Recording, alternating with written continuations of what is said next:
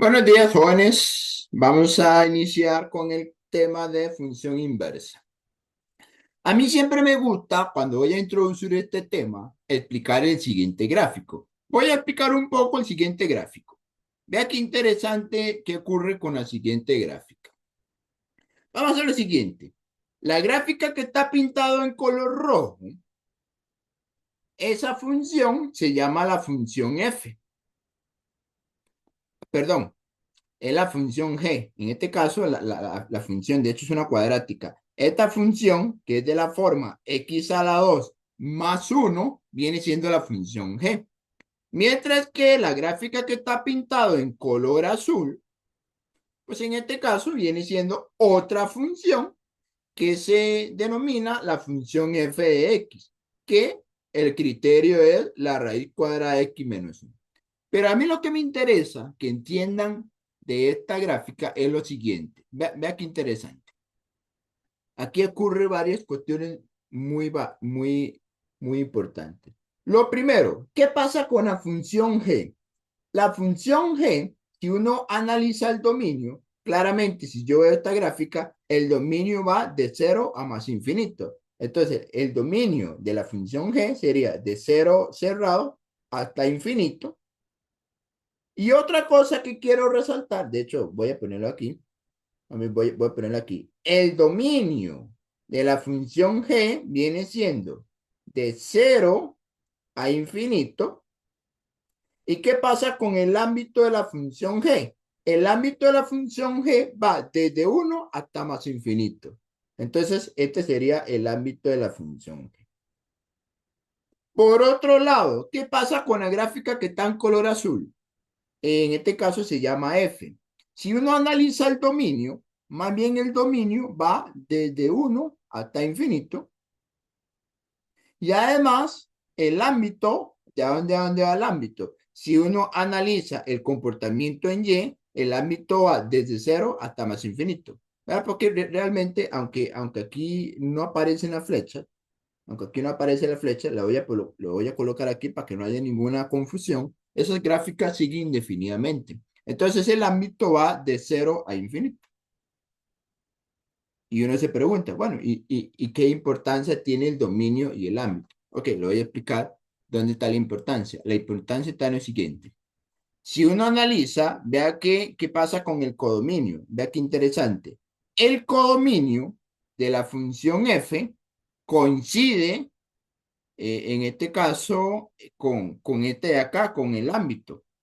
Mientras que el codominio de la función g coincide con esto. ¿Qué pasa? ¿Qué pasa? Lo siguiente, lo que está pasando es que el codominio de la función f coincide con el ámbito de la función f y el codominio de la función g coincide con el ámbito de la función g. ¿Alguien me puede decir qué pasa si el codominio es igual al ámbito? ¿Cómo se llama ese tipo de funciones? ¿Cómo se llaman las funciones cuando el ámbito del codominio es el mismo? ¿Alguien me puede recordar ahí, abriendo el micrófono, escribir? ¿Cómo se llaman las funciones cuando el codominio y el ámbito es el mismo conjunto? ¿Cómo se le llaman?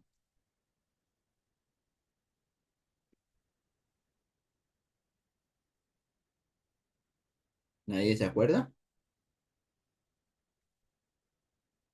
Funciones sobreyectivas. Una función es sobreyectiva cuando el codominio y el ámbito son iguales. Entonces, las dos funciones son sobreyectivas. Además, recuerde que la clase pasada vimos que si uno traza una línea horizontal en toda la gráfica, vea que estoy trazando líneas horizontales en toda la gráfica. ¿Qué pasa si yo trazo una línea horizontal en toda la gráfica y solo corta a lo más un punto? ¿Cómo se llama ese tipo de funciones?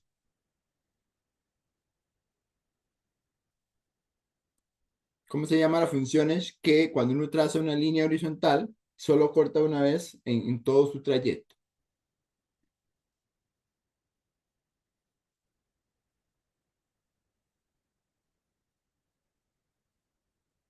¿Qué nombre decís esas funciones, Juanes?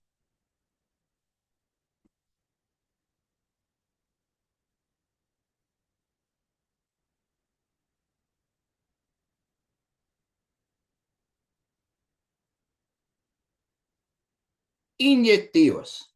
Esas funciones son inyectivas. Quiere decir que esas funciones son inyectivas y sobreyectivas. ¿Ok? Ese par de conceptos lo estudiamos en la última clase, la sobreyectividad y la inyectividad. Ok, esto quedó grabado ahí en el canal de YouTube, pueden repasarlo. ¿Qué significa esas dos funciones? Hasta ahí todo bien, son funciones inyectivas y sobreyectivas. Pero, ¿qué pasa con estas dos funciones? Lo que pasa con estas dos funciones es que son un reflejo. Si ustedes se dan cuenta, ahora presten atención a esta línea punteada. Esta línea punteada que está acá, de hecho, tiene nombre. Esa línea punteada se le llama en matemáticas la recta identidad. ¿Por qué se le llama la recta identidad? Porque resulta ser que la fórmula matemática de esta recta es y igual a x. ¿Qué significa y igual a x? Significa que si x vale 1, la y tiene el mismo valor, que es 1.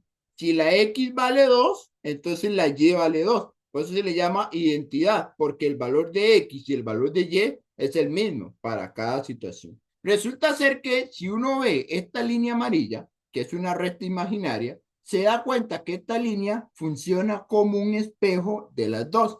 ¿Qué significa un espejo? Significa que la gráfica que está en color rojo es un reflejo de la gráfica que está en color azul con respecto a la recta identidad. Eso es lo que se conoce en matemáticas como el eje de simetría. Entonces, ¿qué es el eje de simetría? Es una recta imaginaria que permite reflejar una gráfica con respecto a la otra. Eso significa el eje de simetría. Entonces, no sé si están viendo todas esas características. Estamos viendo que es inyectiva, que es sobreyectiva, que las dos gráficas son ¿cómo se llama? Una reflejo de la otra. Y además, vea qué interesante, el dominio de una coincide con el ámbito de la otra. El dominio de una función coincide con el ámbito de la otra. ¿Qué es lo que está pasando? Bueno, voy a resumir qué es lo que está pasando. Lo que está pasando es lo siguiente. Resulta ser que la función f, si va de A en B, resulta ser que la otra función más bien ocurre que el dominio empieza a B y termina en A. Es decir, si una función va de A en B, la otra función, el comportamiento va de B en A. Entonces, eso nos lleva a ciertas cuestiones interesantes. Resulta ser que la gráfica F y la gráfica G son simétricos con respecto a la recta identidad. Esas funciones que tienen ese tipo de características, que son simétricas con respecto a la recta y igual a x, y además son funciones inyectivas y sobreyectivas, ese tipo de funciones se le llaman de ahora en adelante funciones invertibles. Es decir, yo puedo decir que la gráfica de la función g es la inversa de la función f. ¿Ok? Como ya sabemos que g se llama una función inversa con respecto a la función f, entonces de ahora en adelante vamos a utilizar esta notación de f a la menos 1. Estoy casi seguro que todos conocen esa notación. F a la menos 1 significa, ok, estoy hablando la inversa de una función. ¿Ok? Entonces, en resumen, para ya ir concretamente a lo que queremos en el curso. Lo que yo quiero que entiendan en el curso es la siguiente frase. Para que una función tenga inversa, ¿cuál es la condición para que una función tenga inversa? Es que la función f tiene inversa siempre y cuando sea biyectiva. ¿Pero qué significa que sea biyectiva? Una función es biyectiva si la función es sobreyectiva y es 1 a 1. Recuerde que 1 a 1 es lo mismo que decir inyectiva. Entonces, si una función es inyectiva y sobreyectiva, automáticamente usted puede hablar de la inversa de esa función. ¿Ok? Esa es la condición necesaria para que exista la inversa, que sea una función de tipo biyectivo. Entonces, vamos a definir propiamente qué es la inversa. Si yo tengo una función f que va de A en B, ¿ok?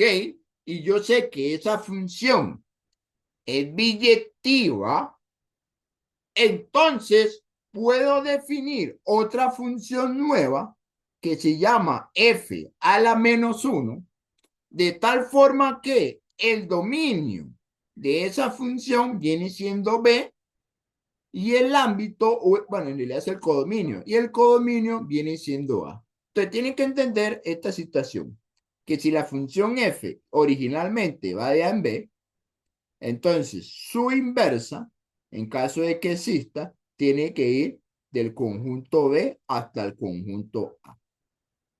¿Ok?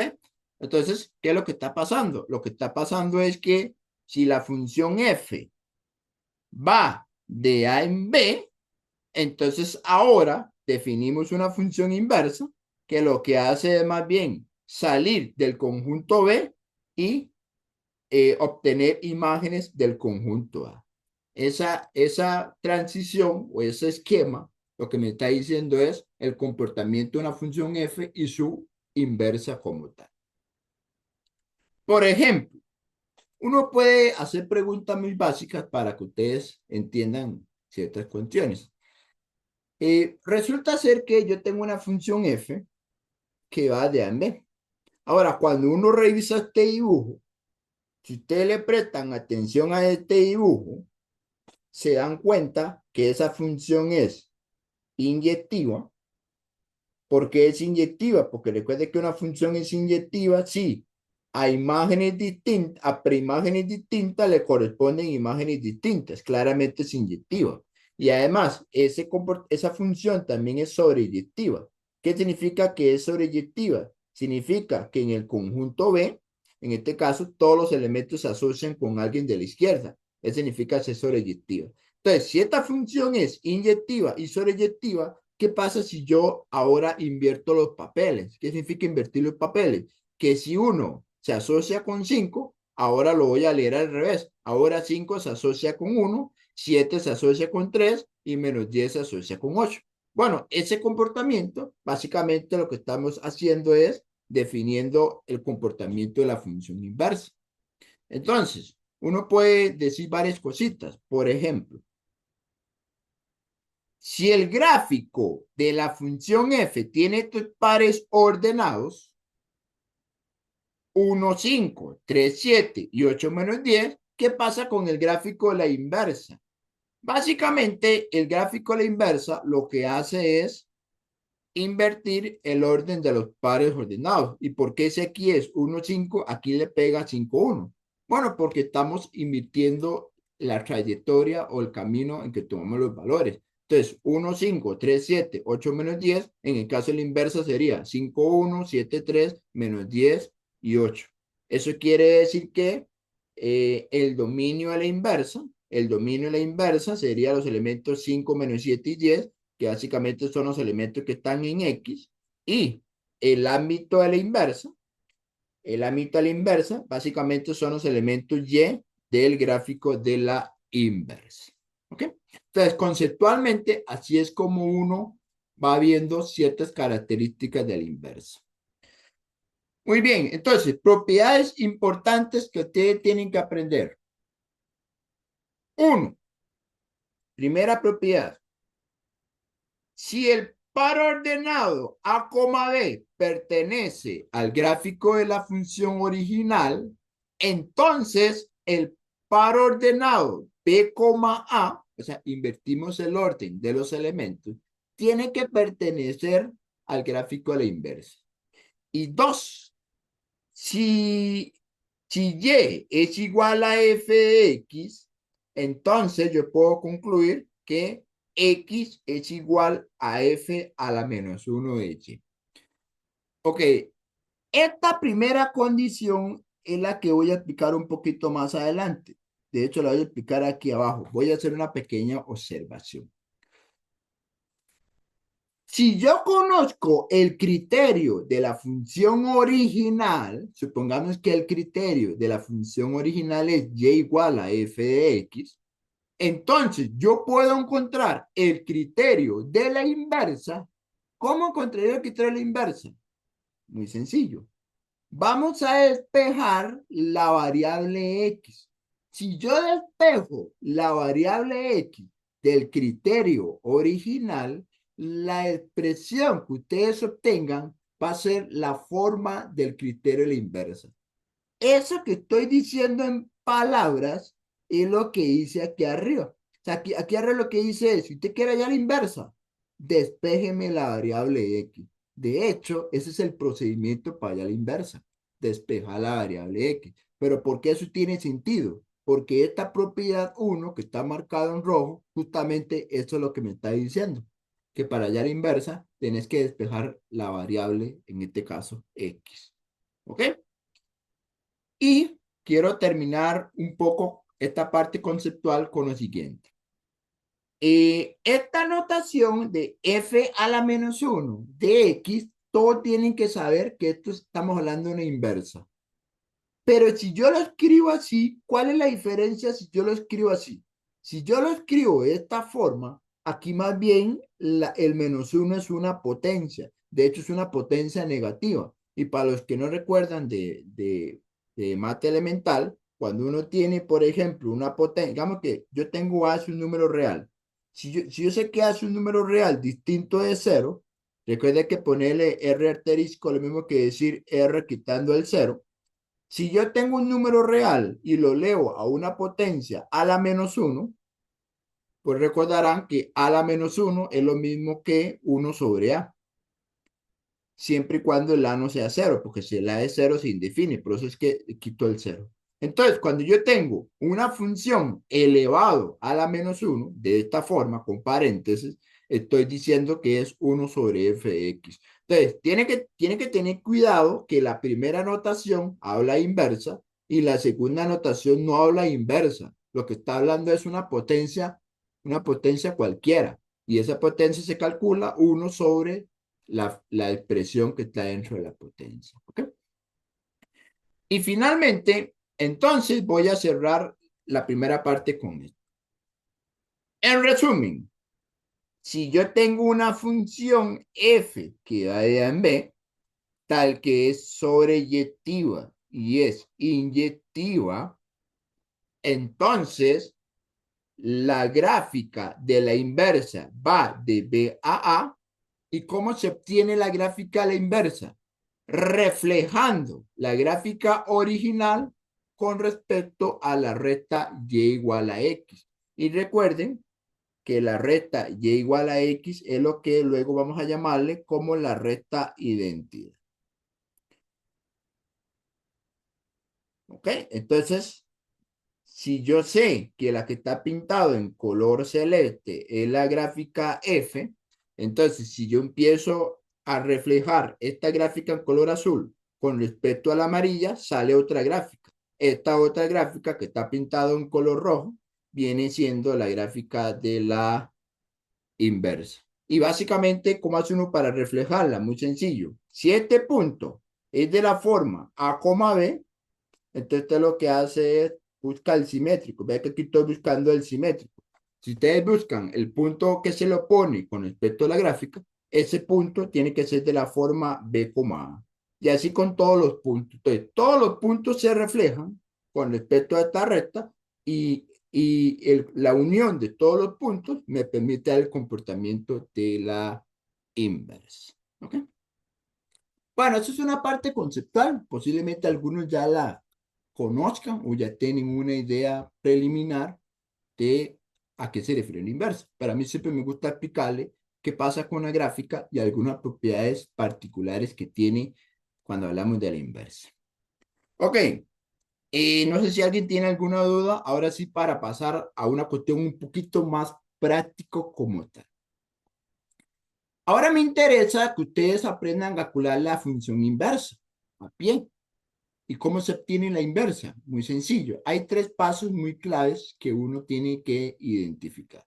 Lo primero, el primer paso, van a identificar cuál es el criterio. Este es el criterio de la función original. Claramente el ejercicio tiene que darme esa información. Una vez que ustedes identifiquen el criterio y la función, pues simplemente lo que van a hacer como segundo paso, van a despejar la variable x del paso 1. Y una vez que ya tengan la variable x despejada, resulta ser que la respuesta viene siendo este de acá. La respuesta se pone y igual f a la menos 1 de x. Esto que dice acá, f a la menos 1 de x, es básicamente la fórmula o el criterio matemático, la fórmula o el criterio matemático de la inversa. De la inversa. Aquí hay una pequeña observación de que la variable x y la variable y se intercambian. Esto lo vamos a ver en la práctica. ¿Por qué se tienen que intercambiar? Se intercambian cuando se despejan para que me quede la y aquí y la f evaluada acá. Es básicamente una pequeña conveniencia para obtener la respuesta final. ¿Ok? Y otra cosa que tienen que tener cuidado es que si la función f va de A en B, entonces usted tiene que especificarme que la inversa tiene que ir ahora de B en A. Entonces, damos algunos ejemplos prácticos para que ustedes puedan tener esa noción de buscar inversas. Entonces, voy a empezar de algunos ejemplos ahí muy básicos y ahí vamos viendo un ejemplo más estructurado de más o menos que uno podría afrontar en alguna evaluación. Dice así. Considere la función g. La función g va del intervalo del 1 a 3 cerrado al intervalo menos 1 a 7 cerrado, tal que el criterio es 4x menos 5.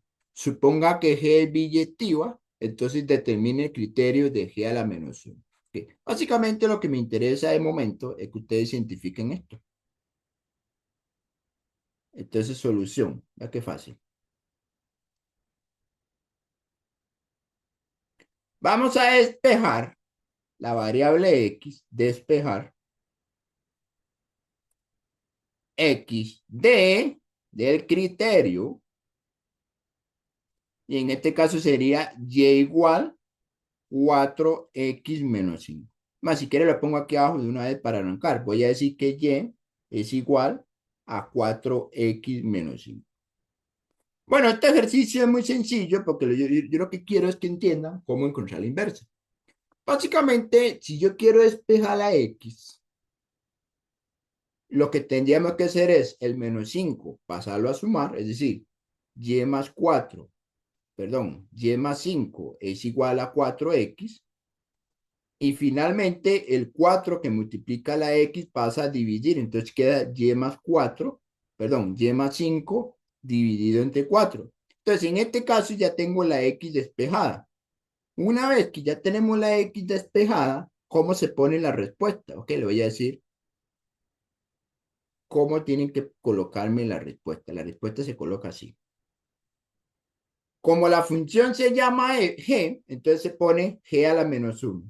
Tenés que ponerme de a dónde va.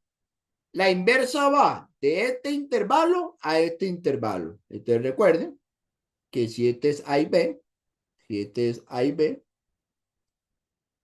entonces la inversa va de B en A, es decir, de menos 1 a 7 cerrado hasta 1,3.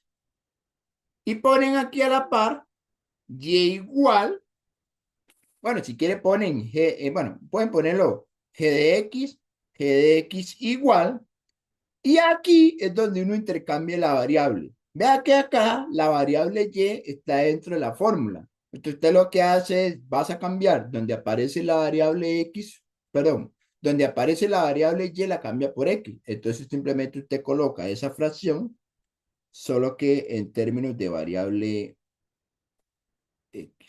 Que por cierto, esto es lo mismo que decir y igual a x más 5 sobre 4. Lo que pasa es que a veces es mejor especificar el nombre de la función. Entonces, uno lo que hace es, una vez que ya llega acá, lo que hace a conveniencia es intercambiar la Y por la X. Eso es para que la variable independiente siempre me quede en términos de X. ¿Ok? Entonces, ese es el procedimiento para encontrar la inversa. Despejar la X, ponerme el dominio y el codominio y decirme cuál es el criterio matemático de esto que está acá. ¿Alguien tiene alguna observación con esta situación? Es un procedimiento muy sencillo, siempre y cuando puedan despejar de manera correcta los términos involucrados. Vamos a hacer otro ejemplo donde ya aparece una fracción, ¿verdad? En una clase pasada les expliqué cómo se hace un despeje cuando aparecen fracciones, porque es importante que lo hagan de la forma correcta. Bueno, yo tengo aquí una función f que va de este dominio a este codominio. Me están dando el criterio matemático, que básicamente es que el criterio es y igual x sobre x menos 16. Me están diciendo que la función es invertible. Invertible significa que tiene inversa. Por lo tanto, determine el criterio de esa función que se llama f. Entonces, el procedimiento a seguir es el siguiente. Vamos a despejar x del criterio, y en este caso el criterio sería y igual, y tomamos la fracción. Okay. La pregunta es, ¿cómo se despeja una fracción donde yo sé que la variable x aparece tanto en el numerador como en el denominador? Voy a repetir lo que ya he mencionado en clases anteriores. Lo que ustedes tienen que hacer para despejar una fracción de este tipo es agarrar el denominador, de hecho la pone paréntesis, y como el denominador está dividiendo, pasarlo a multiplicar en el lado izquierdo. Entonces, el denominador con paréntesis pasa a multiplicar en el lado izquierdo. Bueno, más bien es multiplicar al otro lado. Claro, cuando digo al otro lado es al lado izquierdo, según como está escrito. Básicamente multiplicar al otro lado. Una vez que ya multiplicaron, tenéis que aplicar aquí una propiedad que lo que hace es que el término que está afuera multiplica a los términos que están dentro del paréntesis. Eso se llama la propiedad distributiva. Entonces, si ustedes multiplican x por y, pues simplemente me queda xy, 16 por y, me queda 16y, es igual a x. ¿Ok? Entonces, recordad que aquí aplicamos la propiedad distributiva. Y una vez que ya hemos aplicado la propiedad distributiva, tenemos que agrupar las X. ¿Qué significa agrupar las X? Aquellos términos que tienen X lo dejamos a un lado y los que no tienen X quedan en otro lado de la igualdad. Si usted se da cuenta, digamos, el XY conviene dejarlo ahí. El X que está a la derecha lo paso a restar al lado izquierdo y el 16Y lo paso a sumar al lado derecho. Ahí estamos agrupando los términos que tienen alguna X. Y una vez que hemos visto que este tiene X y este tiene X, entonces aplicamos lo que se llama un factor común. Sacamos la X a factor común, o sea, queda Y, y recuerde que X entre X lo que queda es un 1. Aquí queda un 1 igual a 16Y. Y finalmente, como yo quiero la X despejada, la X solita, este paréntesis va a pasar a dividir al otro lado. De esta forma ya tenemos el despeje de una función que es una función fraccionaria. ¿Ok? No sé si alguien tiene alguna observación hasta acá, chicos, sin ninguna pena. Pueden hacer cualquier observación, ¿verdad? Por supuesto, es importante que vayan aclarando las dudas, máxime que eh, eh, máxime que es un curso intensivo, entonces no se pueden ir a la casa con dudas, porque si no eso podría generar conflictos en las evaluaciones. ¿Dudas? ¿De dónde salió el -1? Ah, ok, buena pregunta. ¿De dónde salió el -1? Ok. Cuando uno saca el factor común, la X, recuerde que el factor común lo que hace es, si, lo que hace el factor común es lo siguiente. Si usted dice que la X es el factor común, entonces usted lo que agarra es este término, usted lo divide entre el factor común, claramente esta X se cancela con esta X, entonces me queda la Y. La Y que quedó es esta Y de acá. Y ahora, ¿qué pasa esta X con esta X? Cuando usted cancela una X con una misma X, hago la observación aquí a la par. Cuando usted cancela una X entre otra X, esto lo que queda es un 1. Entonces, X sobre X queda un 1 y el menos es por la recta que está aquí al frente. No sé si quedó claro con la observación. Sí, profe, está bien. Excelente, muy bien. Entonces ya les quedó claro la compañera y esperemos que los que tienen misma web también, que cuando uno saca factor común X sobre X, sencillamente nos queda un 1. Entonces queda un -1 aquí por el menos.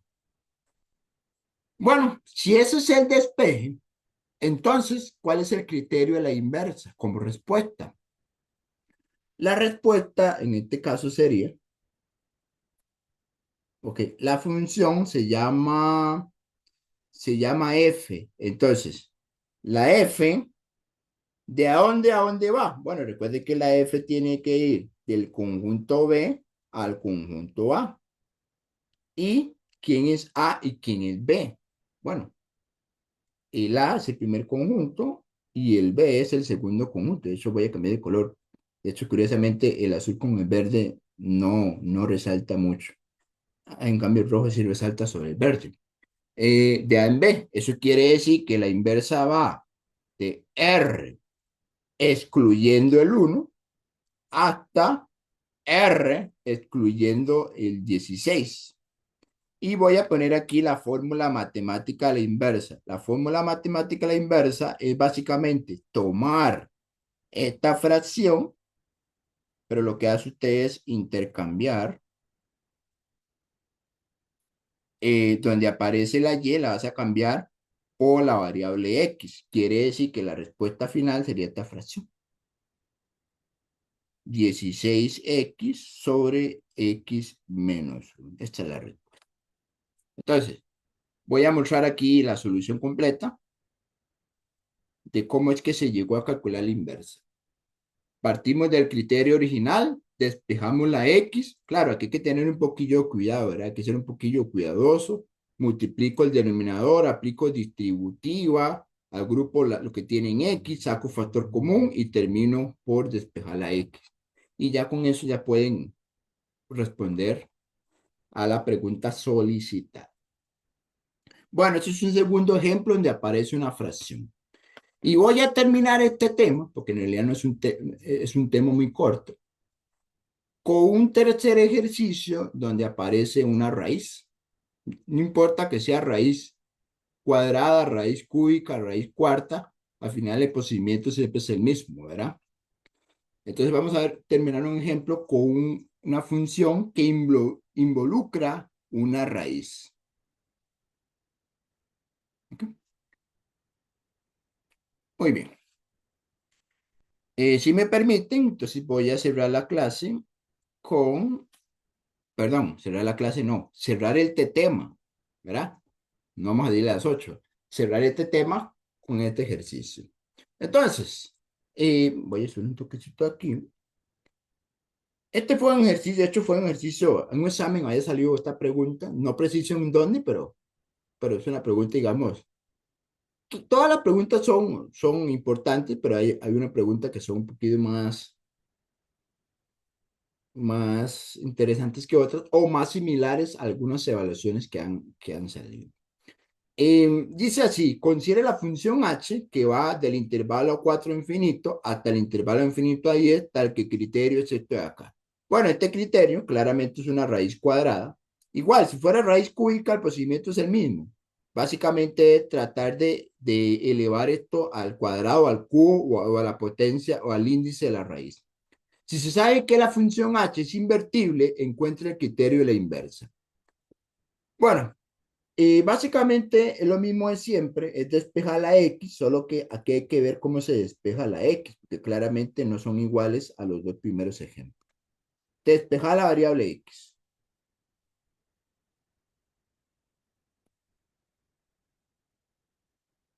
Para despejar la variable X, yo tengo aquí algunas sugerencias. Y quiero que ustedes me presten atención a ver si las sugerencias mías le, le- les es útil o no. Lo que hay que tener cuidado es que, digamos, la raíz cuadrada, primero que la raíz cuadrada aparece aquí una suma. Este más 10 hay que quitarlo de acá. Yo no puedo elevar esto al cuadrado si no me deshago del 10 primero. Eso es muy sencillo. Lo que pasa es que también aquí tiene un negativo. Entonces, ¿qué pasa si delante de una raíz tiene un negativo? Aquí hay dos opciones. Una opción es pasar la raíz en el lado izquierdo para que la raíz quede positivo, o la otra opción es dejarlo así. Aunque ustedes no lo crean, no importa que esté un menos, uno puede elevar al cuadrado todo y el menos se me da con el cuadrado porque toda potencia par se come el menos. Pero bueno, si le queda más cómodo, vea lo que voy a hacer. Como esta cosa tiene un menos, a conveniencia, la raíz lo paso a la izquierda. Si lo paso a la izquierda, ya queda positivo. ¿Ok? Pero si yo paso la raíz al lado izquierdo, la Y tengo que pasarlo a la derecha. ¿Y cómo se pasa a la derecha a la Y? El 10 lo paso a restar. Básicamente lo que estoy haciendo es dejando la raíz cuadrada solita. Quiero dejar raíz solita. Una vez que ya he hecho ese procedimiento de despejar la raíz, lo que tenemos que hacer es elevar en ambos lados por una potencia conveniente. En este caso, la potencia conveniente es el cuadrado, porque la raíz cuadrada es de índice 2. Y el lado derecho se pone paréntesis y también se eleva por la misma potencia. Una vez que hemos hecho este procedimiento, hay una propiedad que la voy a recordar, que si yo tengo una potencia elevado a la n metido en una raíz de índice n, entonces esto simplemente me queda la a, o sea, se cancela la potencia con el radical. Entonces, si se cancela esta potencia con el radical 2, pues simplemente me queda x menos 4. Y bueno, este x menos 4, lo que tengo que hacer ahora es agarrar el 4 que está restando y lo paso a sumar. Es decir, que la x despejada, en este caso sería 10 menos y a la 2 más 4. Y creo que ya con esto ya tienen un despeje bastante aceptable. Y entonces ya puedo responder a la pregunta. La inversa. La función h, ¿de a dónde va? De este intervalo a este primer intervalo. De menos infinito a 10 cerrado hasta de 4 a infinito con h a la menos 1 sería 10 menos x al cuadrado más. Y con eso se acaba este ejercicio. Ok, ahí está la solución. Paso a paso, pues si la quieren retomar de nuevo. Ok, ¿dudas con este último ejercicio o alguna duda general de algo que hemos abordado previamente?